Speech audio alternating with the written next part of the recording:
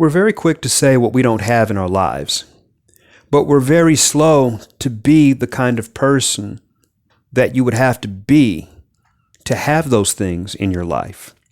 And I often wonder why we do that. I wonder why it's always more difficult to become the person that we need to be in order to have the things that we want.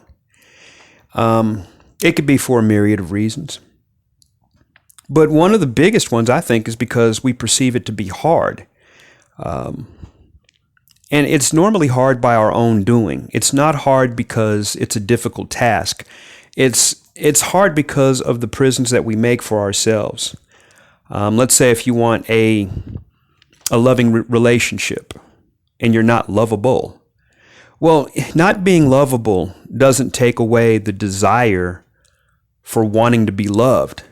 But what it does do is take away the capacity to be loved. And instead of dealing with and I'm a big fan of dealing with things that are internal, that I can fix, that may have an impact on those things on the outside. When we don't fix the internal, then we worry about things that are no longer in our control. If you're not lovable, then you won't have what you're wanting despite your desires. Desire is absolutely useless. The only way that you can have what you want is to become that which would be closer to what you're after. And that means that person would have to become lovable. If you want to be rich, you can't say, I don't have time to research the things that would make me wealthy. Because, the first thing that a person who says, I want to be rich, first you have to decide how you want to be rich. Because there's ways to become wealthy, and some of them are more involved than others. But what all of them have in common is that they all take effort.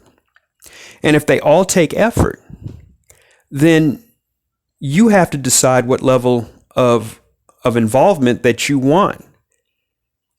And if you decide that I just don't have time, then you really don't deserve to be wealthy. Again, that does not negate or eliminate the desire to want to be healthy. And this is why a majority of us say things like, oh, I wish I was rich. The wishers are the ones that are not willing to do. The doers aren't talking about becoming rich. They're talking about going through the process. Whether you're an artist, whether you're an entrepreneur, you have to make the decision first. And you have to define what wealth looks like. You even have to put a dollar amount to it so that you know when you actually arrive. Because if you find out the dollar amount that you put wasn't enough, at least you can look at the victory that it was in itself. And that's something that you have to remember. You have to remember those checkpoints. Without those checkpoints, you will take your accomplishments for granted. Take it as a person who questions himself all the time. Everything that I've ever accomplished in art, I question as to whether it was actually relevant, whether it was actually important, whether it was actually significant. Had I looked at those check points and milestones, I probably would feel differently. I don't quest for wealth anymore. The measure for it is always changing. And pretty soon it's going to be hard for any of us to, there's going to be people that are making $150,000 a year that may end up being classified as middle class. I'm after happiness. That's my overall goal.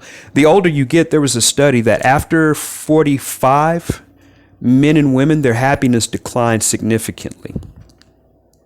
I always have a shot at being wealthy. But if you look at studies like that, I don't always have a shot at being happy.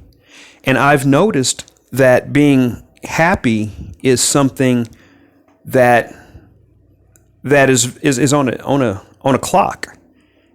The clock is ticking. Because you no longer have that innocence and that naivety to be able to look at the world as sunny. You now look at the world for what it is.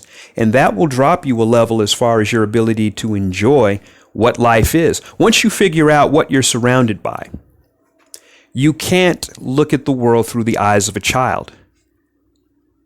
My daughter is 13, but she has no idea of how wretched things can be in the world. And you know, at my worst, I told somebody near and dear to me.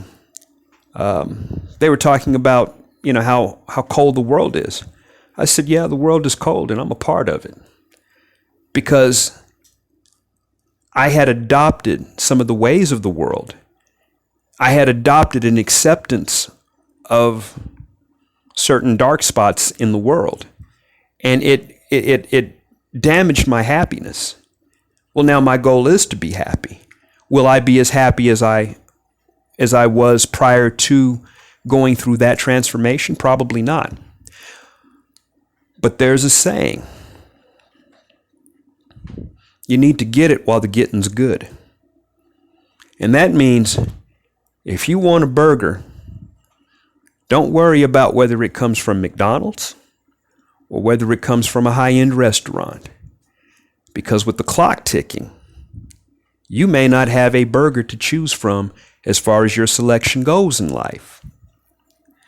So my task is to do those things that would make me happy as I can realistically be at this point in my life.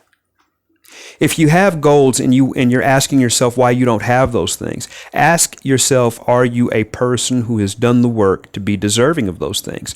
I always say this: if I can't afford a trip to, I don't know, let's say Florence, Italy, if I haven't saved up the money, if I don't have the financial resources, then I haven't earned the right to.